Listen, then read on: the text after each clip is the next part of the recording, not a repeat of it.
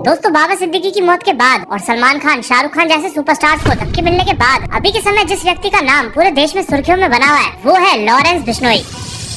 और अभी के समय बॉलीवुड स्टार्स के साथ और मुंबई में जो हो रहा है ये सब होता हुआ देख मुंबई का वो पुराना अंडरवर्ल्ड वाला दौर याद आ जाता है। दुनिया मुझे टेररिस्ट समझती है, मैं तो बिजनेस करता हूँ। क्योंकि एक समय था जब मुंबई का चप्पा चप्पा अंडरवर्ल्ड की पनाह में हुआ करता था। लेकिन साल 1993 ये वो समय था जब आतंकवादी गतिविधियों की वजह से मुंबई के अंदर एक काफी बड़ा बम धमाका हुआ जिसने सोई हुई मुंबई पुलिस के भी कान खड़े कर दिए। जिसके बाद सरकार और पुलिस की खूब मेहनत के बाद पुलिस ने चुन चुनकर मुंबई से अंडरवर्ल्ड का नाम हमेशा के लिए मिटा दिया था और इसके बाद मुंबई एक शांत शहर में तब्दील हो गया। लेकिन एक तरफ जहाँ मुंबई में अंडरवर्ल्ड शांत हुआ तो वहीं दूसरी तरफ उत्तर भारत में अंडरवर्ल्ड डॉनों ने अपने पैर पसारना शुरू कर दिए और इसी उत्तर भारत में जन्म हुआ इंडिया के दो सबसे ज्यादा खतरनाक गैंगस्टर यानी कि नीरज भवाना और लॉरेंस बिश्नोई का, जिन्होंने अपनी ताकत के चलते दिल्ली, हरियाणा, पंजाब और उत्तर प्रदेश जैसे राज्यों में भी अपनी दहशत फैला दी।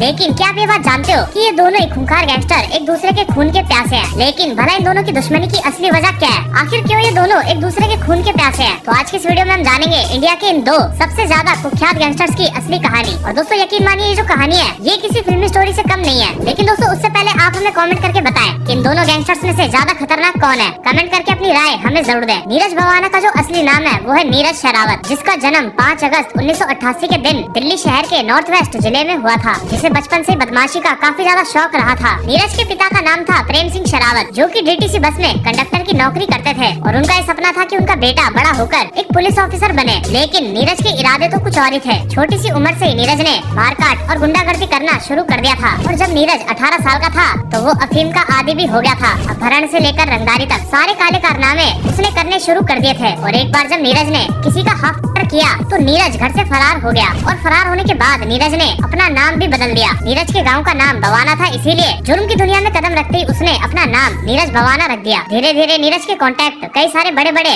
और कुख्यात अपराधियों के साथ जुड़ने लगे। लेकिन इसी बीच नीरज भवाना की टक्कर दिल्ली की एक और दूसरी गैंग से हुई, जो कि उन दिनों दिल्ली एनसीआर में नीरज भवाना की गैंग की तरह काफी ज्यादा फैल रही थी। जी हाँ दोस्तों, ये वही गैंग है जिसके बारे में आप सोच रहे हो, जिस गैंग का नाम है लॉरेंस बिश्नोई गैंग, जिसका लीडर है लॉरेंस बिश्नोई, जिसे उसकी गैंग में गुरुजी के नाम से जाना जाता है और उसकी गैंग का नारा है जय बलकारी। लॉरेंस बिश्नोई का जन्म 22 फरवरी 1992 के दिन पंजाब के गांव में हुआ था। लॉरेंस बिश्नोई के पिता थे एक पुलिस कांस्टेबल। लॉरेंस बिश्नोई का जन्म काफी अमीर और अच्छे घराने में हुआ था, जिनके पास कई एकड़ों जमीन है और काफी बड़ा आलीशान घर है। लॉरेंस बिश्नोई का जो असली नाम है वो है बलकरण बराड़। लेकिन बचपन में लॉरेंस बिश्नोई इतना ज्यादा गोरा था मानो कि वो कोई अंग्रेज हो, और इसीलिए बलकरण के परिवार ने बलकरण बराड़ को एक अंग्रेजी नाम दे दिया और वो नाम था लॉरेंस। लेकिन लॉरेंस बिश्नोई की गलती ने उसे जुर्म की दुनिया का काफी ज्यादा बड़ा खिलाड़ी बना दिया। अपनी लॉ की पढ़ाई पूरी करने के लिए लॉरेंस बिश्नोई ने चंडीगढ़ के लॉ कॉलेज में एडमिशन लिया और उसी कॉलेज से उसने चुनाव भी लड़े, जिसके लिए उसने संगठन बनाया जिसका नाम था student organisation of Punjab university. Lawrence ने चुनाव लड़ा लेकिन वो चुनाव में हार गया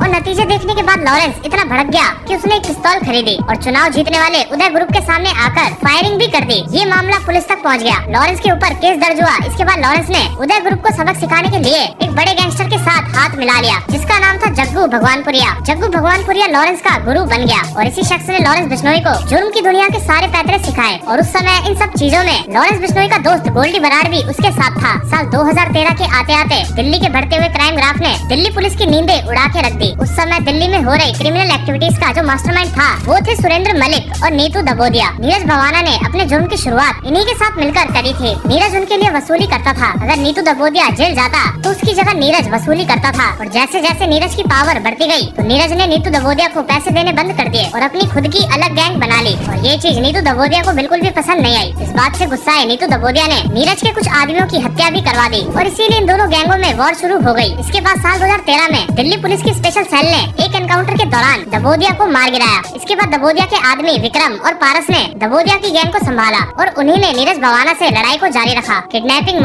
और हथियारों की तस्करी जैसे लगभग 50 से भी ज्यादा केस नीरज भवाना के ऊपर दर्ज हो गए। वहीं दूसरी तरफ लॉरेंस बिश्नोई भी जग्गू भगवानपुरिया के साथ हाथ मिलाकर अपनी जुर्म की दुनिया में आगे बढ़ रहा था। लेकिन एक बार कार्रवाई के दौरान पंजाब पुलिस ने जग्गू भगवानपुरिया को गिरफ्तार कर लिया और वहां से पूरे 2 करोड़ रुपए के हथियार भी बरामद कर लिए। इसके बाद जग्गू को दिल्ली के तिहाड़ जेल में बंद भी कर दिया गया। लेकिन उस समय तक लॉरेंस बिश्नोई क्राइम की दुनिया की हर छोटी बड़ी चीज को समझ गया था, इसीलिए आगे लॉरेंस ने जग्गू की गैंग को संभाला। लॉरेंस बिश्नोई ने एक्सटॉर्शन को अपना धंधा बनाया। धीरे धीरे लॉरेंस बिश्नोई के क्राइम का नेटवर्क सिर्फ नॉर्थ इंडिया में नहीं बल्कि कनाडा और अमेरिका सहित विदेशों में भी फैल गया और इसी दौरान लॉरेंस और नीरज भवाना की दुश्मनी की कहानी शुरू हो गई। दरअसल ये बात है साल 2012 की, जब नरेला के एमएलए से 50 लाख रुपए की वसूली मांगी गई और इस मामले में नीरज भवाना को गिरफ्तार भी कर लिया गया। लेकिन बहुत ही जल्द नीरज भवाना पुलिस को चकमा देकर भी भाग गया। जब साल 2014 में नीरज के करीबी सोनू दादा की हत्या में शामिल संदीप नाम के व्यक्ति को नीरज भवाना ने मार दिया। इसके बाद रानीबाग के इलाके में नीरज के साथियों ने दबोदिया गैंग के प्रदीप भैया और अनिल नाम के गुर्गे को भी मार दिया। साल 2015 में लॉरेंस बिश्नोई को पुलिस कोर्ट के अंदर पेशी के लिए लेकर जा रही थी, लेकिन क्या आप जानते हैं कि लॉरेंस बिश्नोई पुलिस को चकमा देकर वहां से फरार हो गया और नेपाल भाग गया और फिर वहां से आधुनिक हथियार लेकर वापस भारत लौट आया। लेकिन लॉरेंस की किस्मत ने उसका साथ नहीं दिया, क्योंकि भारत आने के कुछ समय बाद ही पुलिस ने दोबारा से लॉरेंस बिश्नोई को पकड़ लिया। साल 2016 तक लॉरेंस बिश्नोई के ऊपर दर्जनों केस भी दर्ज हो गए थे, लेकिन साल 2016 में लॉरेंस बिश्नोई पुलिस के हत्थे चढ़ गया, जहाँ पहले तो लॉरेंस बिश्नोई को राजस्थान की जोधपुर जेल में रखा गया, लेकिन इसके बाद लॉरेंस बिश्नोई को तिहाड़ जेल में और पंजाब की जेल में भी शिफ्ट करा गया और अभी के समय लॉरेंस बिश्नोई साबरमती जेल में बंद है।